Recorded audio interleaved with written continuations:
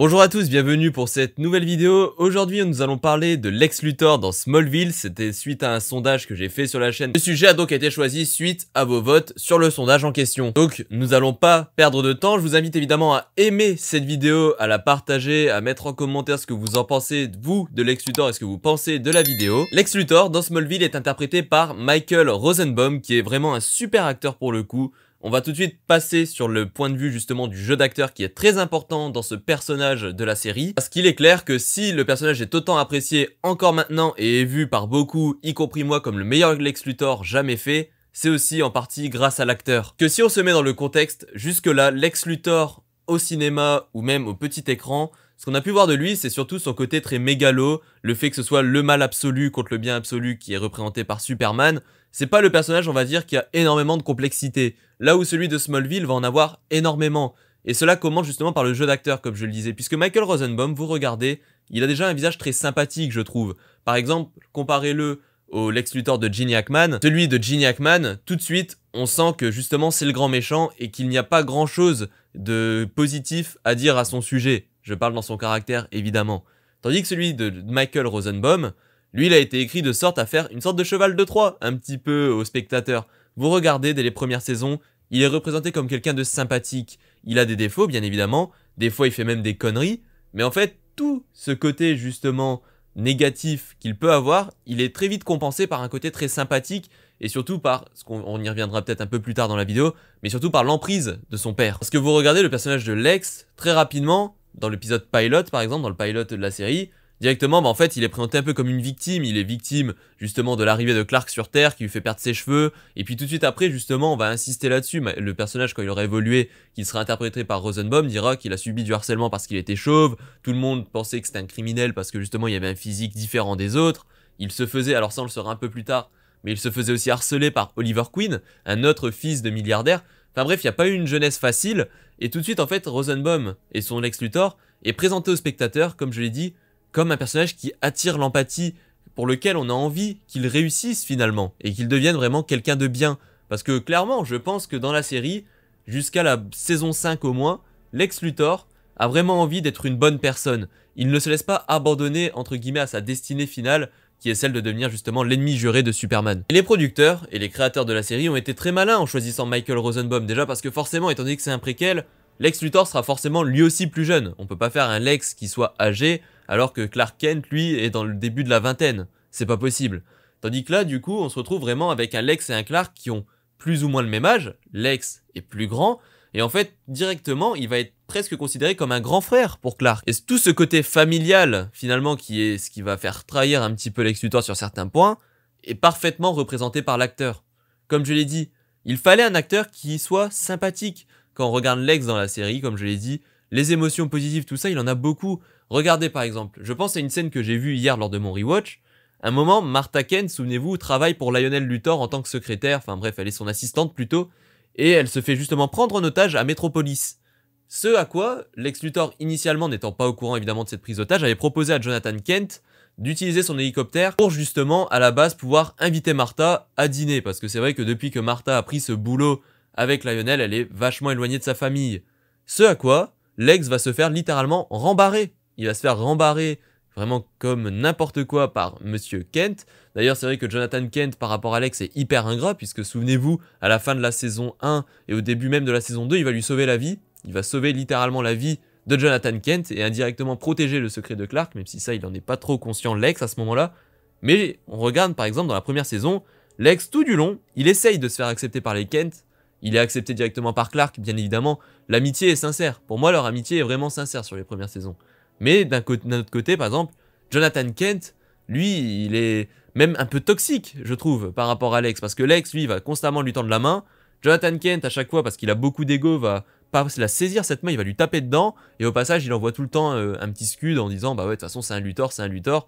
Alors que jusque-là, techniquement, Lex n'a pas voulu lui causer de tort. Revenons à cette fameuse scène, donc Lex va clairement dire à Jonathan Kent qu'en gros il en a ras-le-bol, qu'à chaque fois il lui tend la main et que du coup maintenant il arrêtera et puis il repart dans son manoir.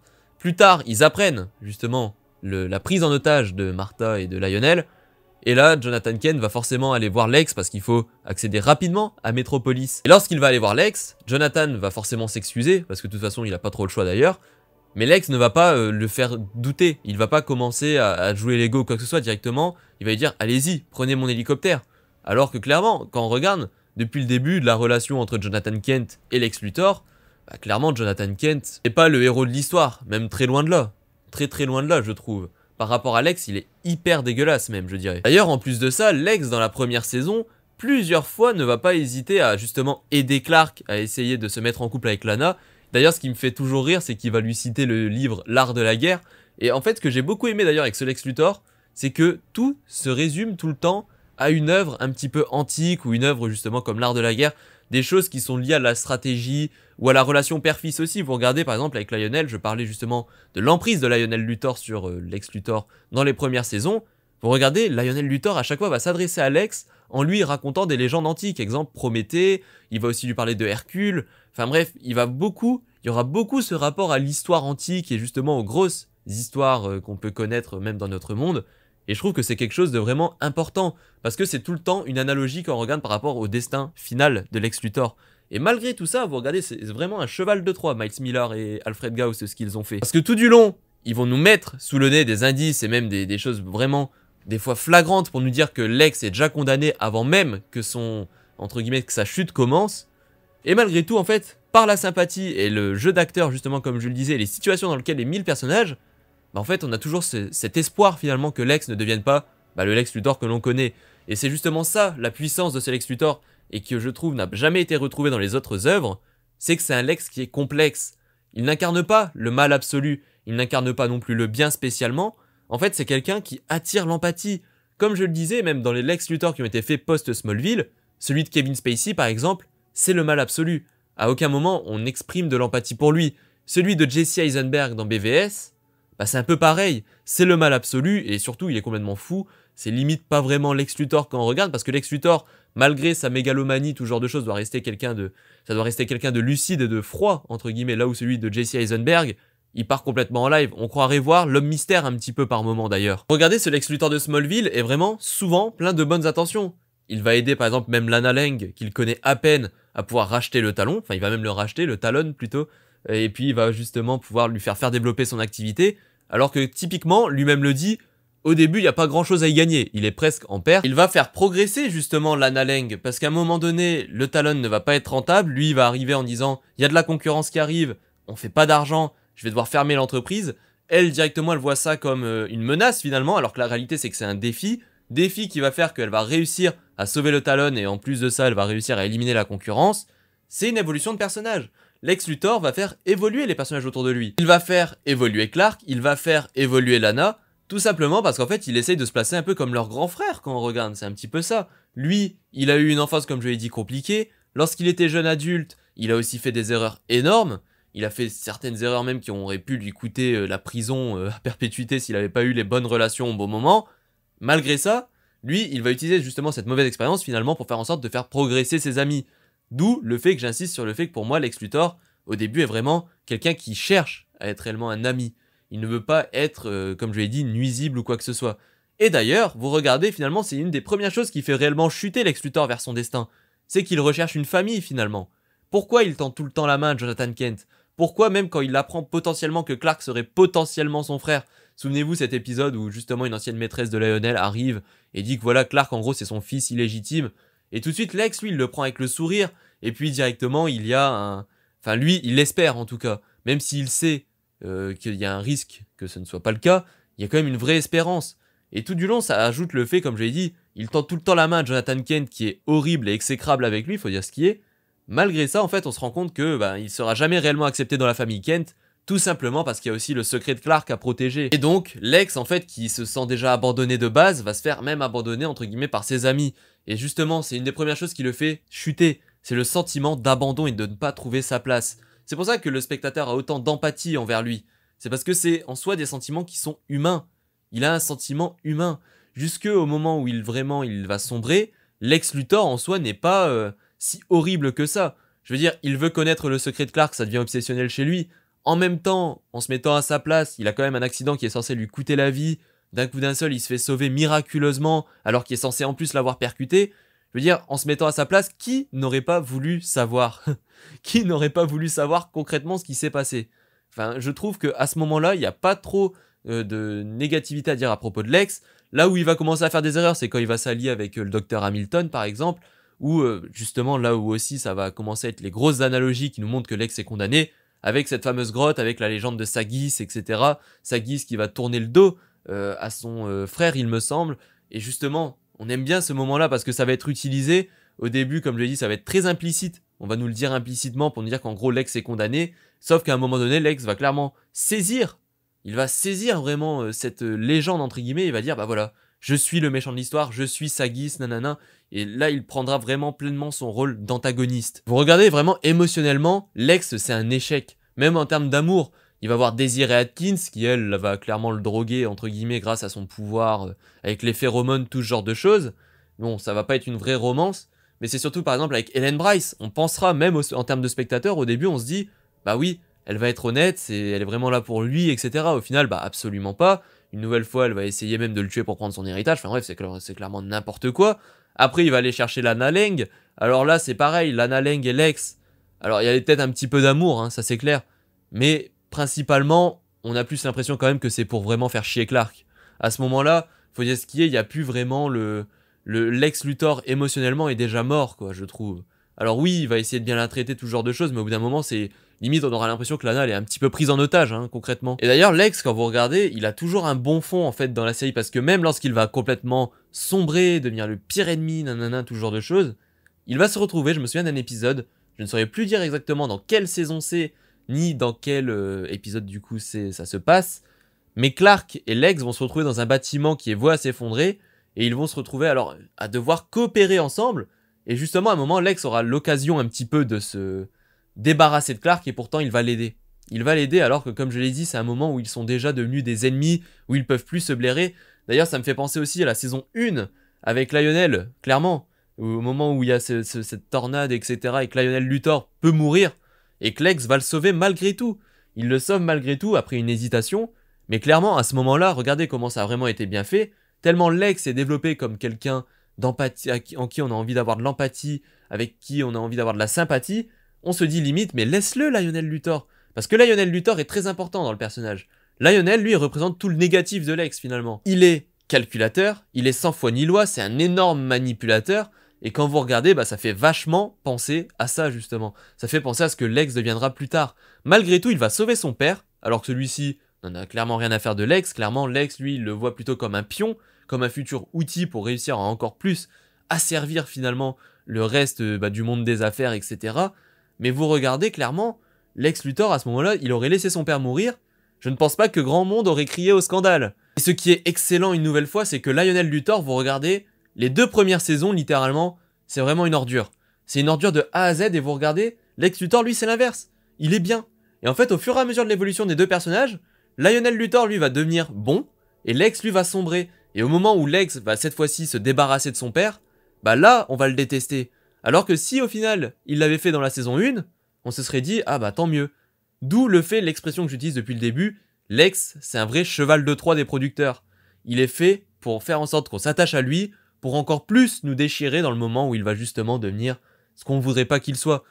Tout au long de la série, on nous tient en haleine, en nous disant, enfin, on nous le dit pas vraiment, mais on nous le fait comprendre par des divers plans, etc., on nous tient en haleine en nous disant que potentiellement Lex ne va pas devenir ce que l'on pense, et malgré tout, en fait, tout est sous notre nez depuis longtemps. Je me souviens d'ailleurs, la première fois que j'ai visionné Smallville, j'avais espoir que Lex n'arrive pas à ce moment-là. J'avais espoir que Lex continue. Et quand on regarde une seconde fois la série, bah en fait, on se rend compte que tout était sous notre nez depuis longtemps. C'est pour ça que pour moi, cette série ne doit pas être vue qu'une seule fois. On la découvre une fois et on se fait tous avoir parce que les producteurs essayent de mettre en place et nous font comprendre. Et lorsqu'on la regarde une deuxième fois, on se rend compte qu'en fait, les producteurs ont effectivement fait croire au grand public que Lex allait rester le good guy un petit peu.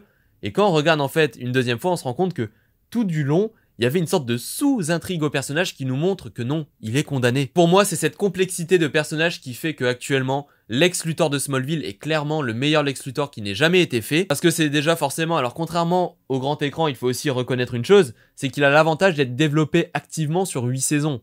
Donc forcément, il y a plus de temps d'écran, plus de moments pour le développer. Là où forcément dans un film, en général c'est pas un film sur lui, clairement c'est un film sur Superman. Donc sur 2h20 de film, on a peut-être 40 minutes de Lex. Donc forcément, bien développer le personnage, c'est compliqué. Faut aussi prendre ça en compte, bien évidemment. Mais c'est clair que on n'a jamais vraiment vu au cinéma un Lex Luthor qui était complexe. Et je pense que justement ce serait bien d'en arriver à ce moment-là. Alors j'ai hâte de voir la performance de Nicholas Hoult dans le film de Superman de James Gunn, puisque Nicholas Hoult est lui-même passé sur le podcast de Michael Rosenbaum et lui a clairement dit que selon lui c'était lui le meilleur justement des Lex Luthor et qu'il s'était inspiré de ce personnage-là. Alors j'espère du coup qu'on aura un Lex Luthor qui sera un petit peu torturé, qui ne sera pas le mal absolu directement. S'il le devient, bah pourquoi pas dans une suite du film, justement. Et très honnêtement, j'y crois pas trop. Je pense que James Gunn va directement faire un Lex Luthor qui soit déjà établi, vu que son Superman, de toute façon, n'aura pas d'origin story lui-même. Enfin, une scène qui m'a beaucoup marqué avec le Lex Luthor de Smallville et qui pour moi résume le personnage, c'est dans cette première saison, souvenez-vous, alors ça doit être vers l'épisode 10, un moment, Lex Luthor va croiser, par le biais de Clark et de Lana qui travaillaient justement dans cette maison de retraite, une dame qui a, grâce au pouvoir des météorites, la faculté de voir l'avenir et des visions. Vous savez, elle est aveugle, etc. Et justement, Clark va aller la voir. Elle va lui prévoir justement un avenir radieux, etc. Où il va se faire beaucoup de choses, va sauver le monde, etc. Enfin bref. Là où Lex, lui, quand il va y aller, souvenez-vous, ça nous lance une scène mythique pour moi. Elle est géniale, cette scène. Cette scène, elle représente parfaitement le personnage. Et je pense qu'elle a tout compris. Ça montre que les producteurs avaient tout compris au personnage, justement, de Lex Luthor. On va le voir, habillé tout en blanc. Le blanc, c'est la couleur de l'innocence, avec son gant noir, qui lui est plutôt une couleur justement très négative, hein, qui évoque les choses forcément les plus noires de l'existence. Il va être dans un champ de, alors je ne sais pas dire, ça doit être des tournesols ou quoi que ce soit, des fleurs très vives, avec un grand soleil. Il va vouloir prendre une fleur dans sa main et là, ça se transforme en cendre, il commence à pleuvoir du sang, ce qui était à la base des fleurs se transforme en plein de squelettes, etc. Et tout s'assombrit, tout devient très noir. Après, on le voit justement à la Maison Blanche et là, ça se coupe, la scène s'arrête et là, la dame tout simplement ne se réveille pas de ce qu'elle vient de voir, tellement c'était sombre et dark. Elle décède. Et je trouve que cette scène, elle a tellement tout compris au personnage. La mise en scène, alors les effets spéciaux, malgré qu'ils aient un petit peu vieilli, c'est magnifique, je trouve. Tout a été compris à travers cette scène. Et en plus de ça, à ce moment-là, Lex, on est dans la première saison où il veut vraiment être le meilleur pote de Clark. Donc je trouve que, franchement, c'était extraordinaire. Franchement, cette scène, elle est extraordinaire. C'est une des meilleures scènes, je pense, de Lex Luthor, toute œuvre comprise, parce que elle a tout simplement tout compris au personnage. Et la scène, franchement, ce moment justement de vision, ça dure 1 minute 30, grand maximum. Et c'est là que c'est exceptionnel. Donc je dirais finalement pour conclure cette vidéo que le Lex Luthor de Michael Rosenbaum a su attirer l'empathie et la sympathie du spectateur malgré ce qu'il va devenir et ce qu'il va faire. Qu'il a apporté une complexité énorme au personnage de Lex Luthor, justement en jouant le personnage avec beaucoup d'innocence par moment, et beaucoup de naïveté finalement, pour évoluer vers un personnage plutôt sans cœur, etc.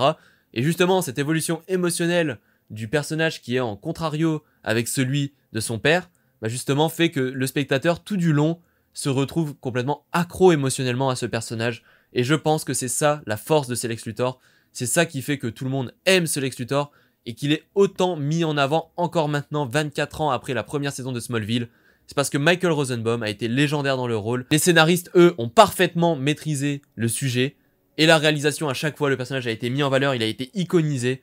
Vraiment, c'est exceptionnel. Donc voilà, c'est la fin de cette vidéo sur Lex Luthor dans Smallville et pourquoi pour moi c'est clairement le meilleur Lex Luthor jamais fait. N'hésitez pas à me donner votre avis en commentaire si vous êtes d'accord ou non. N'hésitez pas aussi à me dire l'avis sur la vidéo si vous avez aimé que je reparle de Smallville, si vous souhaiteriez que je continue d'ailleurs dans de prochaines vidéos à le faire sur d'autres personnages ou d'autres événements, pourquoi pas. N'hésitez pas à aimer la vidéo comme je l'ai dit, à la partager, à vous abonner si c'est pas déjà fait et à activer la cloche, hyper important aussi. Vous pouvez rejoindre le Discord, vous pouvez aussi me suivre sur les réseaux sociaux, que ce soit X, Instagram, Letterboxd ou TikTok. Je vous remercie une nouvelle fois d'avoir suivi cette vidéo. Si vous venez de découvrir la chaîne à travers celle-ci, n'hésitez pas à aller voir ma première vidéo sur la série Smallville. Vous pouvez aussi retrouver une vidéo de ma part sur la série Gotham. Et en tout cas, je vous dis à la prochaine pour une nouvelle vidéo. C'était Louitos, salut à tous.